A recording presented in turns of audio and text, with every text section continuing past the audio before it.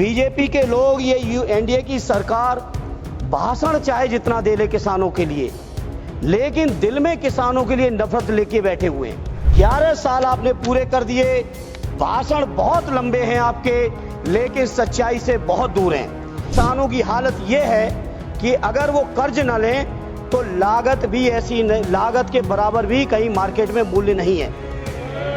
कह रहे कितना दिया है उससे एक मिनट जितना दिया है सुन लो। अर्थव्यवस्था के बहुत बड़े बड़े विद्वान इस सदन में मौजूद हैं। सदैव नेताजी ने हमेशा कहा कि अगर देश की अर्थव्यवस्था को दुरुस्त करना है तो किसानों को आप संपन्न कर देंगे तो बाजारों की भी वैल्यू बढ़ जाएगी, लोगों की परचेजिंग पावर भी बढ़ेगी और देश की अर्थव्यवस्था भी बढ़ेगी। सभापति जी, माननीय वित्त मंत्री जी द्वारा जब बजट पेश किया गया तो माननीय अध्यक्ष जी, तो लगातार ये कहा गया अब तक का सबसे बड़ा बजट है, 50 लाख करोड़ से ज्यादा का बजट है। लेकिन उन बजट पत्रावलियों को जब देखा गया और पत्रावली में जब कृषि एवं किसान कल्याण मंत्रालय के बजट को देखा गया तो अध्यक्ष जी बड़ी निराशा हुई। केवल 2.7% बजट का हिस्सा इस मंत्रालय को दिया गया। जो पिछले समय में बजट मिल रहा था उसमें भी सभापति जी 2.8% की कमी सभापति जी इसमें कर दी गई। इसलिए मैं समझता हूं बीजेपी के लोग ये एनडीए की सरकार भाषण चाहे जितना दे ले किसानों के लिए, लेकिन दिल में किसानों के लिए नफरत लेके बैठे हुए हैं। अगर नफरत लिए न बैठे होते तो इतने बड़े बजट में किसानों के लिए बजट में कटौती क्यों की जाती। सभापति जी, मैं जिक्र करना चाहूंगा 2014 के भारतीय जनता पार्टी के संकल्प की 2014 में संकल्प पत्र जो जारी किया गया था, उस संकल्प पत्र में कहा गया था कि स्वामीनाथन जी की जो रिपोर्ट है। आपके पास आज कागज बहुत है, लेकिन बोलना संक्षिप्त में है सर, संक्षिप्त में बोलना है। अब जो आप मौका देंगे आपकी उदारता रहेगी। सभापति जी, 2014 के संकल्प पत्र में कहा गया कि स्वामीनाथन जी की सिफारिश के अनुरूप जो किसानों की लागत है, जिसमें लागत में सदैव नेताजी कहते थे और उसी बात को स्वामीनाथन जी ने भी कहा, किसान की अपनी मेहनत, अपने परिवार की मेहनत, उनके जो पशुओं की मेहनत, खेती की जो वैल्यू है उस वैल्यू का जो मार्केट में ब्याज होना चाहिए, सारी की सारी चीजों को अगर मिला लें, जिसको स्वामीनाथन जी ने फार्मूला दिया था C2 का, C2 प्लस 50% माने लागत का 1.5 गुना समर्थन मूल्य। 14 का वादा है आपके चुनावी घोषणा पत्र का मंत्री जी, और 14 से आज 25 आ गई है। अभी तक एक बार भी सरकार का ये संकल्प 12वां बजट पेश हो गया है। 11 साल आपने पूरे कर दिए, भाषण बहुत लंबे हैं आपके, लेकिन सच्चाई से बहुत दूर हैं।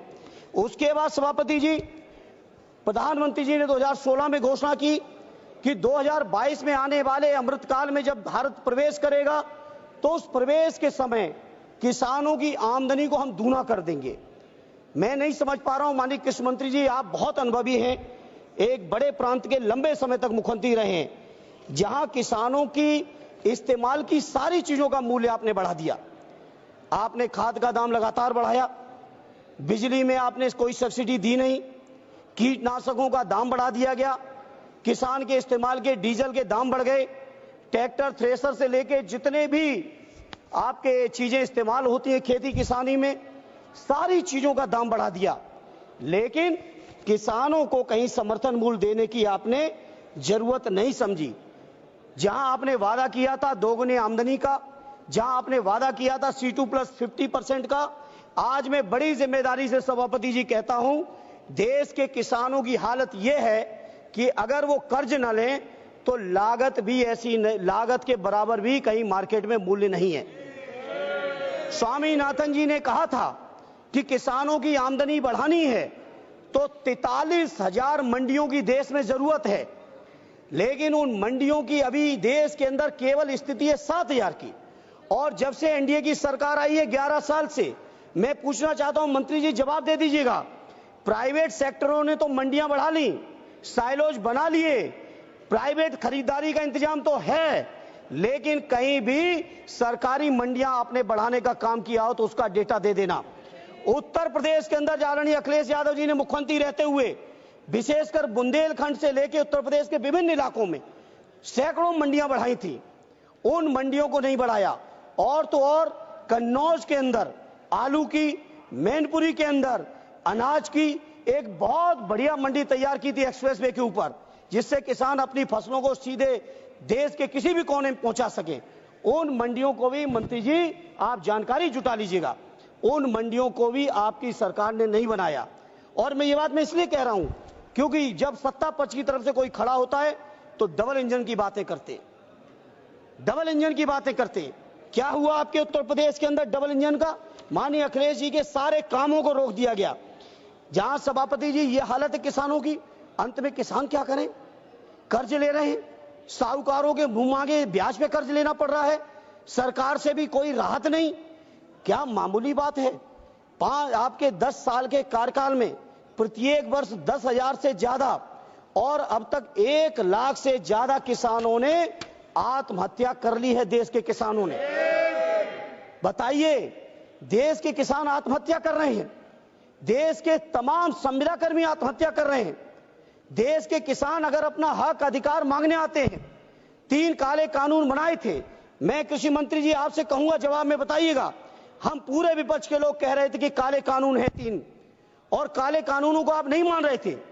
किसानों ने यहां पर महीनों दिल्ली में सर्दी, गर्मी, बरसात सारे मौसम झेल के आंदोलन किए, 750 किसान शहीद हुए।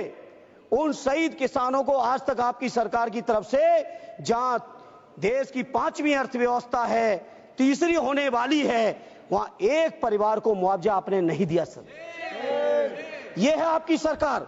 यह डंका बज रहा होगा किसी बड़े बड़े लोगों के लिए, कुछ चुनिंदा उद्योगपतियों के लिए बज रहा होगा डंका, लेकिन देश के किसानों की जो बर्बादी है वो छुपी नहीं है। सभापति जी, इसलिए सभापति जी मैं आपसे कहना चाहता हूं, जहां देश के अंदर पूंजीपतियों का 16 लाख करोड़ से ज्यादा कर्ज आपने माफ किया है, 16 लाख करोड़ से ज्यादा देश की बैंकों ने पूंजीपतियों का, बड़े बड़े पूंजीपतियों का, जिसमें चुनिंदा होंगे, हम किसी का नाम नहीं कोट करेंगे, पूरा देश जानता है, लेकिन किसानों के कर्ज की माफी की बात आती है तो सरकार एकदम चुप बैठ जाती है।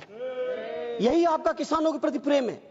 मैं बड़ी जिम्मेदारी से कहता हूं, अपने देश के किसान भाइयों को कहना चाहता हूं, देश की सर्वोच्च सदन से कहना चाहता हूं, आपको सोचना पड़ेगा, चिंतन करना पड़ेगा कैसी सरकार आपने चुन ली।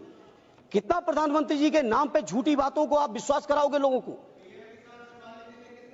कह रहे कितना दिया है, उससे एक मिनट साहब, जितना दिया है सुन लो, उससे ज्यादा आपने जो यूरिया की बोरी 50 से 40 कर दी, उसमें काट लिया है, उससे ज्यादा आपने जीएसटी में वसूल लिया।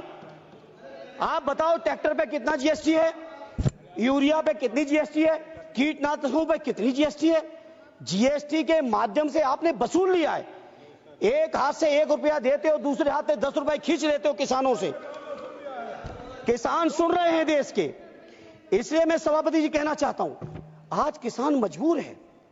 मैं एहसास है, मेरे पिताजी आज भी खेती किसानी में रहते हैं, आज भी गौशाले में रहते हैं, मुझे एहसास है किसानों के दर्द का। सभापति, किसानों को यह हालत थी पहले, जब कभी भी अगर किसी किसान परिवार से ये कह दो कि गांव छोड़ दो, जमीन छोड़ दो, शहर में चल के बस लो, नौकरी कर लो, तो वो नहीं तैयार होते थे।